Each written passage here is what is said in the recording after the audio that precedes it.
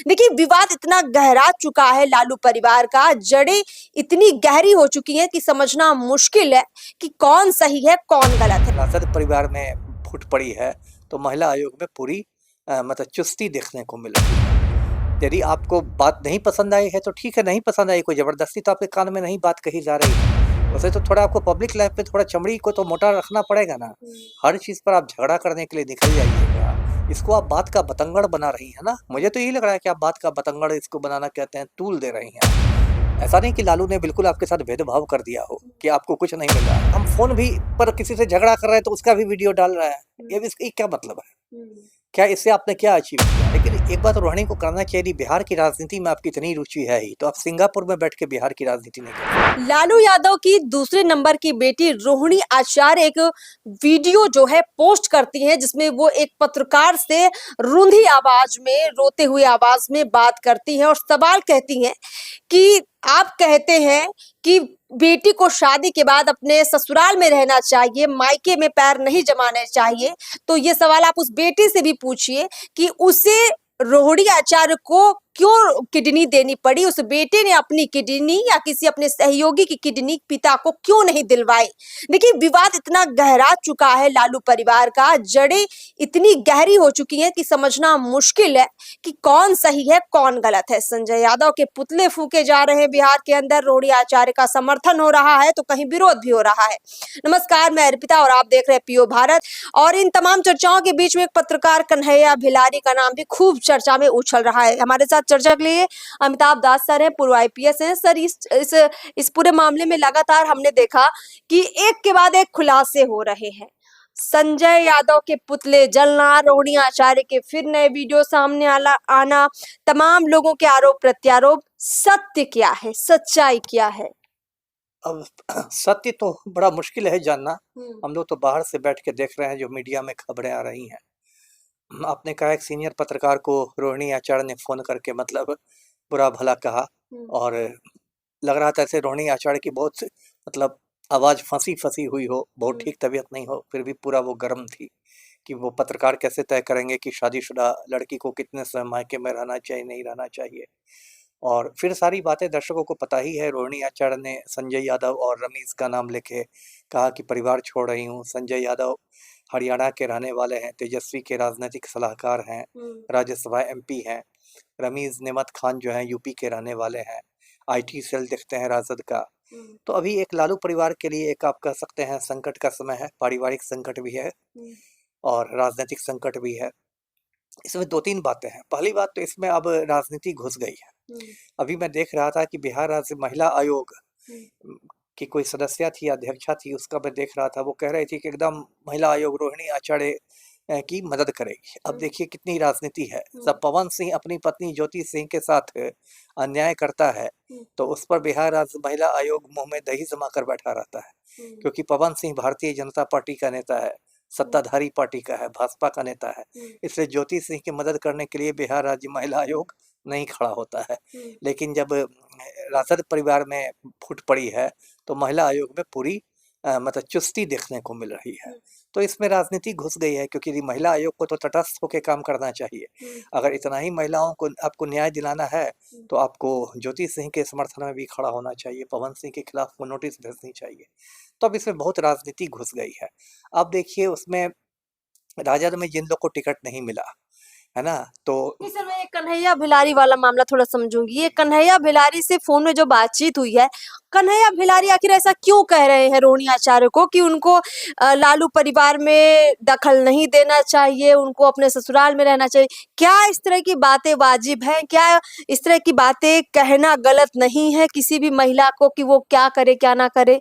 नहीं, ठीक है। देखिए बात है कि सबके अपने अपने विचार हैं, है ना। मान लीजिए पत्रकार महोदय को लगा हो कि इसी वजह से सारा लफड़ा हो रहा है तो उन्होंने अपनी बात कही, है ना। यदि आपको बात नहीं पसंद आई है तो ठीक है, नहीं पसंद आई, कोई जबरदस्ती तो आपके कान में नहीं बात कही जा रही है।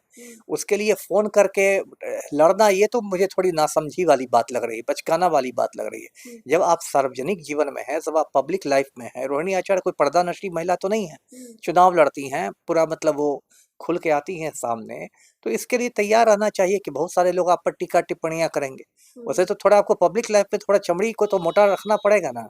हर चीज पर आप झगड़ा करने के लिए निकल जाइएगा, और यदि उस पर भी आपको बहुत एतराज है तो उसके कानूनी रास्ते हैं। आप किसी को कानूनी नोटिस भेज सकते हैं, लीगल नोटिस भेज सकते हैं। फोन करके इस तरह से झगड़ा करना तो मतलब मैं इसको सही नहीं मानता हूँ। और ऐसी कोई बात थी भी नहीं। यदि उन्होंने किसी ने कहा, मान लीजिए उनका अपना विचार था कि ठीक है ऐसा नहीं रहना चाहिए, शादीशुदा है तो बहुत समय नहीं नैहर में रहना चाहिए, इससे झगड़े होते हैं। ठीक है, जाने दीजिए, उनके अपने आप विचार हैं। इसको आप बात का बतंगड़ बना रही है ना। मुझे तो यही लग रहा है कि आप बात का बतंगड़ इसको बनाना कहते हैं, तूल दे रही हैं आप। तूल नहीं, एक तो रोहिणी आचार्य ने सबसे बड़ी गलती ये की है, तो मैं बार बार कह रहा हूँ शुरू से, कि ये जो झगड़े होते हैं, घरेलू झगड़े, घर घर की कहानी है, किसके घर में झगड़े नहीं होते हैं। लेकिन समझदार लोग जो होते हैं वो अपने झगड़े को अंदर रखते हैं, चार दीवारी के अंदर रख के उसको सुलझाते हैं। और ये रोहिणी आचार्य तो सीधे मतलब मीडिया में आ रही है, पूरा बाहर रायता फैला रही है, पार्टी के दुश्मनों को एक मतलब मौका दे रही है ना। अब बताइए, भाजपा वाले भी पारिवारिक मूल्यों की बात कर रहे हैं। जो नरेंद्र मोदी अपनी पत्नी को घर में नहीं घुसने देते हैं, उसकी पार्टी भाजपा भी लोगों को पारिवारिक मूल्य सिखा रही है जी। सर, इसमें बहुत सारे लोग ये कह रहे हैं जो तेजस्वी के समर्थक हैं, लालू परिवार में जो दो टुकड़ों में अभी चल रही है पार्टी जो है, उनका कहना है कि भैया तेजस्वी यादव की जो कुर्सी है उस पर रोहिणी आचार्य की नजर थी। वो जो सीएम पद है या राजद में जो महत्व की कुर्सी है, सारी जो कमान है, वो रोहिणी आचार्य धीरे धीरे खुद लेना चाहती थी। ये आरोप भी रोहिणी आचार्य पर लग रहे हैं। ठीक है, सबकी अपनी राजनीतिक मतलब महत्वाकांक्षाएं होती हैं, और जब ये पूरा परिवार ही पॉलिटिकल फैमिली है, लालू भी सीएम रहे, राबड़ी भी सीएम रही, ये तो राजनीतिक परिवार ही है। यहाँ तो मतलब राजनीतिक महत्वाकांक्षा ना स्वाभाविक है, लेकिन ठीक है, उसके लिए पूर्ति के लिए आपको इस तरह से, जब पार्टी ही नहीं बचेगी तो विरासत क्या बचेगी। जब पार्टी ही को आप डुबा दीजिएगा, राजद को ही आप डुबा दीजिएगा, तो कौन सी विरासत आपकी बचेगी। तो जो झगड़ा था मेरी समझ में, वो एक समझदार लोगों को वो परिवार के अंदर वो सुलझाना चाहिए था। ठीक है, ऐसा नहीं है कि आपको कुछ नहीं मिला। आपको टिकट दिया था ना छपरा से, रोहिणी आचार्य को लोकसभा का टिकट मिला था ना, आप हार गई, तो वो तो जनता ने आपको हरा दिया। ऐसा नहीं कि लालू ने बिल्कुल आपके साथ भेदभाव कर दिया हो कि आपको कुछ नहीं मिल रहा है। और देखिए, उत्तराधिकारी तो कोई एक ही व्यक्ति बनेगा ना। ऐसा तो नहीं कि लालू के 9 बच्चे हैं तो 9 उत्तराधिकारी बन जाएंगे। कोई तो एक ही ना बनेगा। राजे महाराजाओं के 4-5 बच्चे होते तो कोई एक ही गद्दी पर बैठेगा ना, कि पांचों बच्चे गद्दी पर साथ बैठ जाते थे।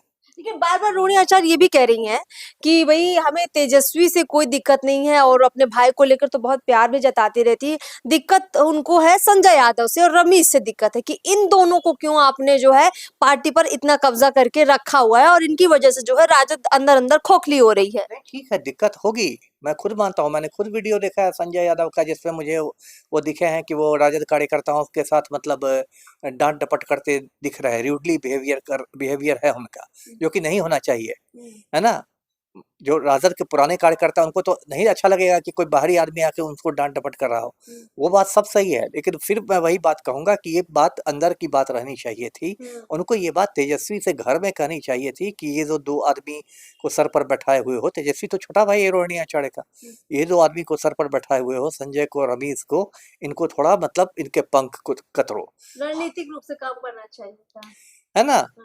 रणनीतिक रूप, अब ये तो एक बचकाना हो गया। हम फोन भी पर किसी से झगड़ा कर रहे हैं तो उसका भी वीडियो डाल रहे हैं। ये भी क्या मतलब है। क्या इससे आपने क्या अचीव किया, सिवाय इसके कि आपने अपनी एक छवि झगड़ालू महिला की बना ली, है ना। इसके अलावा आपने क्या ये किया, अचीव किया। कहीं ऐसा तो नहीं है कि रोहिणी आचार्य ने सारा प्रयास किया हो अपने भाई को समझाने का, अपने पिता के सामने अपनी बात रखने का, जब किसी ने उनकी बात ना सुनी हो तो अंदर ही अंदर वो काफी आग बबूला हो चुकी हो, भड़क चुकी हो, और मानसिक रूप से उनको ऐसा महसूस हुआ हो कि अब कोई रास्ता नहीं बचा है, अब मुझे भड़कना ही पड़ेगा। और ऊपर से ननद भौजाई का भी झगड़ा अलग चल रहा है अंदर ही अंदर। अब होने को तो कुछ हो सकता है, मैं तो कोई परिवार का सदस्य नहीं हूँ, मुझे तो बहुत सारी अंदर की बातें नहीं मालूम है। लेकिन एक बात रोहिणी को करना चाहिए, बिहार की राजनीति में आपकी इतनी रुचि है ही, तो आप सिंगापुर में बैठ के बिहार की राजनीति नहीं कर सकती हैं, मोटी बात है। तो आप अपना बढ़िया बिस्तर लेके बिहार चले आइए, पटना में बैठिए, यहीं आप अपनी अलग से राजनीति करिए, यहीं गृहस्थी जमाइए। यदि सच में आप इतना गंभीर हैं बिहार की राजनीति को लेके, आप लालू की विरासत संभालना चाहती हैं सच में गंभीरता से, तो सिंगापुर में रह के बिहार की राजनीति नहीं हो सकती। ये मोटी बात उनको समझनी पड़ेगी, अगर बिहार के लोगों की पड़ी है आपको तो। बिल्कुल, है ना। ये फिर मैं कहूंगा रोहिणी आचार्य से कि बिहार की राजनीति सिंगापुर में रह के नहीं हो सकती है। यदि सच में वो गंभीर है बिहार में राजनीति करने में, तो पूरा डेरा डंडा बोरिया बिस्तर सब लेके बिहार आना चाहिए और बिहार में रह के करनी चाहिए। तो बिहार उनके भाई बहन जो बाकी है वो टिकने देंगे उनको? अब ये तो उनकी समस्या है ना। वो तो सिंगापुर में रहेंगी तब भी नहीं टिकने देंगे, है ना। जब नहीं टिकने देने की सवाल है, उल्टे सिंगापुर में ही उनको उखाड़ना ज्यादा आसान है जब बिहार के ही बाहर रहेंगी। यहीं जब ये आ जाएंगी, अपनी एक पहचान बना लेगी, रोजाना राजद कार्यालय में बैठने लगेंगी, तो यहाँ पर उनकी जड़ें ज्यादा मजबूत होंगी। जी।